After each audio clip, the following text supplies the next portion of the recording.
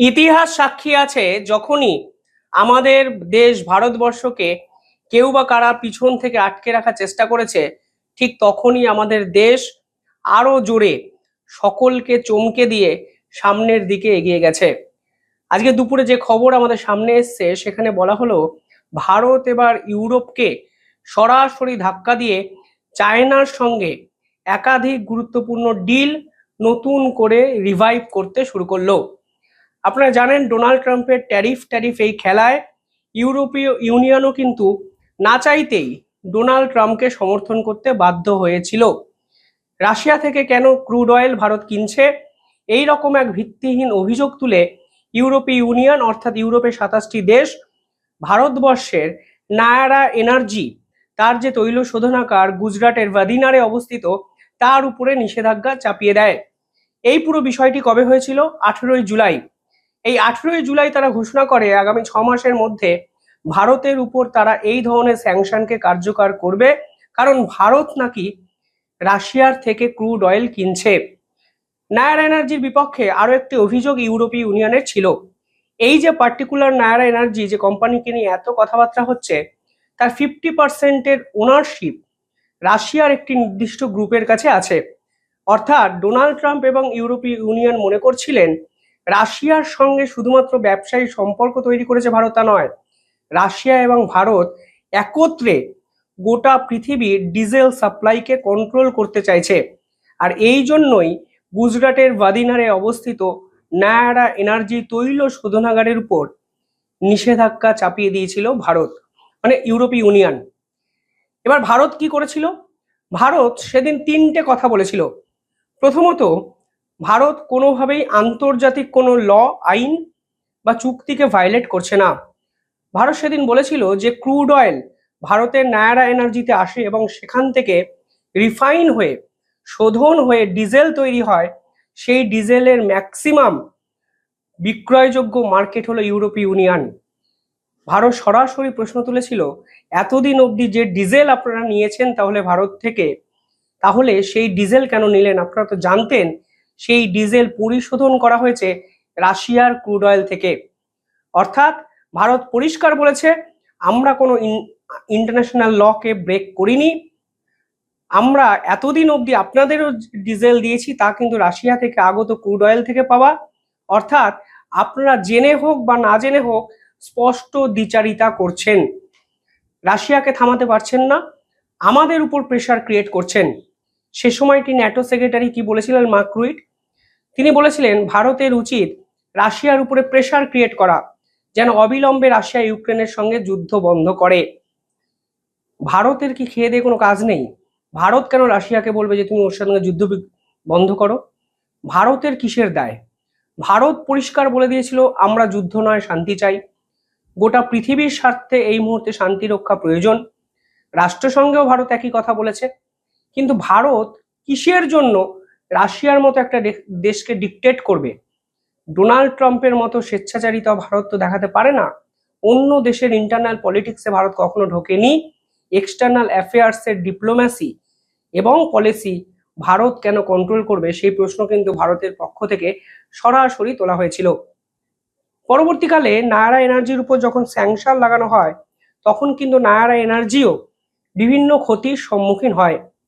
এই নায়ারা এনার্জির টোটাল তৈল শোধনের পর তেল উৎপাদনের ক্ষমতা ছিল 4 লাখ ব্যারেল প্রতিদিন।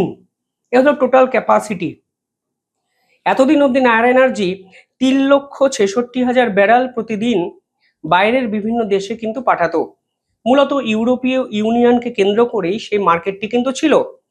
যখন ইউরোপীয় ইউনিয়ন এই নায়ারা এনার্জির উপর স্যাংশন লাগিয়ে দেয়, তখন কিন্তু এই ডিস্ট্রিবিউশন কমে দাঁড়ায় 94,000 ব্যারেল পার ডে। অর্থাৎ ক্ষতির সম্মুখীন হয়তো, মানে সে সময় নায়ারা এনার্জিও কিন্তু হয়েছিল। পরবর্তীকালে ইউরোপীয় ইউনিয়ন বলে তোমাদের উপর যে স্যাংশন লাগানো হয়েছে তা তো কার্যকরী হতে আরো 6 মাস বাকি, মানে আমরা 18ই জুন ঘোষণা করেছি, তোমাদের উপর এই স্যাংশন কার্যকরী হবে 18ই জানুয়ারি থেকে, তোমরা এখনই কেন আমাদেরকে তেল দিতে চাইছো না? নায়ারা এনার্জি সেদিন বলেছিল তাদের কর্তারা যে আমরা আপনাদের তেল দিতে পারি, কিন্তু অ্যাডভান্স পেমেন্ট আপনাদের করতে হবে। ইউরোপীয় ইউনিয়ন কিন্তু প্রথমবারের জন্য শকড খেতে শুরু করে ভারতের এই পদক্ষেপে। এবং ভারত স্পষ্ট বলে, যেহেতু ভারত ওয়ার্ল্ড ট্রেড অর্গানাইজেশনের কোনো রুল ভাঙেনি, ইন্টারন্যাশনাল কোনো লকে ব্রেক করেনি, এবং ভারতের স্বার্থে যে কোনো দেশের সঙ্গে ব্যবসা বাণিজ্য করতে পারে, শুধু এই জন্যই রাশিয়ার থেকে কম দামে তেল কিনেছে। তাই নায়রা এনার্জির সঙ্গে ইউরোপীয় ইউনিয়নের এই দ্বন্দ্ব আন্তর্জাতিক আদালতে নিয়ে যেতে প্রস্তুত নায়রা এনার্জি। এবার আমরা কি দেখতে পেলাম, যখন নায়রা এনার্জি স্যাংশন লাগিয়ে দিল, তখন নায়রা এনার্জি 3টে বড় বড় জাহাজ বিভিন্ন জায়গায় পৃথিবীর আটকে পড়লো। প্রথম জাহাজের নাম ছিল আলোরা। এই আলোরা জাহাজটি পর্তুগালে ডিজেলকে ড্রপ করতে যাচ্ছিল। যখন ইউরোপীয় ইউনিয়ন স্যাংশন লাগিয়ে দেয়, তখন এই আলোরা জাহাজটি কিন্তু আটকে পড়ে। এই অয়েল ট্যাঙ্কারটি প্রায় 4,72,800 ব্যারেল তেল নিয়ে কিন্তু পর্তুগালের উদ্দেশ্যে রওনা হচ্ছিল। পরবর্তীকালে আমরা দেখলাম আরো দুটি জাহাজ, একটির নাম ইএম জেনিথ।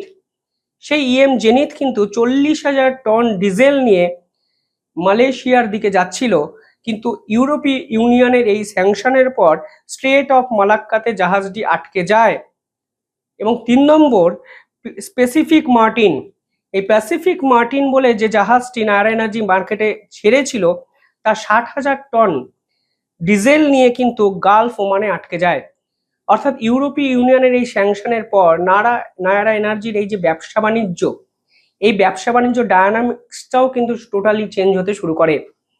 ভারত একটু বিপর্যস্ত হয়ে যায়। ভারত বুঝতে পারে যে এর মোকাবিলাটা অন্যভাবে করা প্রয়োজন। যেভাবে ডোনাল্ড ট্রাম্পের ট্যারিফ হুঁশিয়ারির সামনে ভারত মাথা নত করেনি, ঠিক সেভাবে ইউরোপীয় ইউনিয়নের সামনেও ভারত মাথা নত করবে না।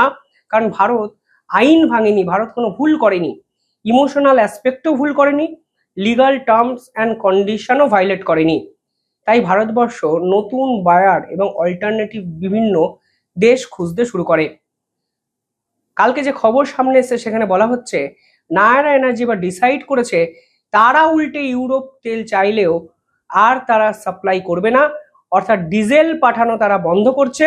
উল্টে যে দুটো জাহাজ স্ট্রেট অফ মাক্কা এবং গালফ ওমানে আটকে ছিল, তাদেরকে অন্যদিকে ডাইভার্ট করে তেল পাঠানোর ব্যবস্থা করে ফেললো ভারত। যে খবর সামনে আসছে সেখানে বলা হচ্ছে ইএম জেনিথ, যে পার্টিকুলার জাহাজটিতে 40,000 টন ডিজেল আটকে ছিল, সেটাকে নতুন করে রিফিউল করা হচ্ছে এবং রিফিউল করে 4,96,000 ton ultra low sulphur diesel ঢুকিয়ে দেওয়া হয়েছে এবং সেই জাহাজটি চায়নার দিকে মুভ করতে শুরু করেছে এবং চায়না উপকূলে গিয়ে সেটি চীনকে এই যে লো লেভেল সালফারকে ডিস্ট্রিবিউট করছে। এবং এমনকি এই যে প্যাসিফিক মার্টিন যে জাহাজটি গালফ ওমানে আটকে ছিল, সেটিও নাকি ওমানকে ডিজেল সাপ্লাই করছে। অর্থাৎ ভারত স্পষ্ট বুঝিয়ে দিল, আমরা ইউরোপের জন্য দরজা বন্ধ করলাম, আমরা অল্টারনেটিভ বায়ার কিন্তু পেয়ে গেছি। অর্থাৎ একটি জাহাজের তেল কিনলো ওমান, অন্য জাহাজদের যে লো সালফার ডিজেল সেটা কিন্তু কিনলো চায়না। মনে রাখবেন, নরেন্দ্র মোদী 5 বছর পর চীনে যাচ্ছে। চীনে যখন যাচ্ছেন তখন চীনে এসসিও সামিট হবে, আপনারা জানেন। পুতিন সেখানে আসবেন এবং পুতিন, চীনা প্রেসিডেন্ট এবং ভারতবর্ষের প্রধানমন্ত্রী একটি অত্যন্ত গুরুত্বপূর্ণ মিটিং করবেন। মিটিং এর বৈশিষ্ট্যটা কি হবে? মিটিং এর মূল বৈশিষ্ট্যটাই হবে ব্রিক্স কান্ট্রিগুলোকে একসঙ্গে জড়ো করা এবং সেই বার্তা দেওয়া। একটা মহাজোট শক্তিশালী ভাবে তৈরি করার সময় এসে গেছে, তার সমস্ত দেশ বুঝতে পারছে। কারণ দিনের পর দিন আমেরিকা দাদাগিরি মেনে নেওয়া যায় না, আর আমেরিকা যা করে ইউরোপীয় ইউনিয়ন ঠিক সেটাকেই ফলো করে, যে ফলো করতে গিয়ে তারা ভারতের সঙ্গে একটু খেলা খেলতে চেয়েছিল। আর আজকে ভারত দেখিয়ে দিয়েছে, তোমরা আমাদেরকে দূরে কি সরাবে, আমরাও তোমাদের পাল্টা দিতে পারি এবং আমরাও অল্টারনেটিভ মার্কেট খুঁজতে অন্তত 2 দিনের বেশি আমরা নেব না এবং নি। ক্ষতিটা কার হলো? ইউরোপীয় ইউনিয়ন এবার কোথা থেকে ডিজেল কিনবে? তারা কি ভারতের থেকে কম দামে আমেরিকার থেকে ডিজেল পাবে? বিশ্বের কোনো রাষ্ট্র কি ইউরোপীয় ইউনিয়নকে কম দামে ডিজেল বিক্রি করবে? যদি করতো তাহলে এতদিন কেন করেনি? কেন ইউরোপীয় ইউনিয়ন নিজের পিছনে নিজে ছুরিটি মারলো? কালকে ইউরোপীয় ইউনিয়নের অ্যাডভাইজার, আপনারা জানেন, ডোনাল্ড ট্রাম্পকে সরাসরি বলেছে যে আপনি ভারতের সঙ্গে যেটা করছেন তা হলো ওয়েস্টার্ন এবং আমেরিকার লং টার্ম জিওপলিটিক্যাল গোলের ক্ষতি। ইন্দো প্যাসিফিকে যদি ক্ষমতা বজায় রাখতে হয়, যদি চায়নাকে কাউন্টার করতে হয়, তাহলে ভারতের সঙ্গে বন্ধুত্ব রাখা ইম্পর্টেন্ট। আপনি সেটাকে নষ্ট করছেন। আর আজকে ভারত সত্যিই বুঝিয়ে দিয়েছে, ডোনাল্ড ট্রাম্প এবং ইউরোপীয় ইউনিয়ন শুধু নষ্ট করেছে তা নয়, চিরতরে সম্পর্ক শেষ করার দিকে পুরো বিষয়টা নিয়ে যাচ্ছে এবং ভারতকে অজান্তেই অনেক বেশি শক্তিশালী রাষ্ট্রে পরিণত করছে। আপনারা কিভাবে দেখছেন পুরো বিষয়টি কমেন্টে জানাবেন। ধন্যবাদ।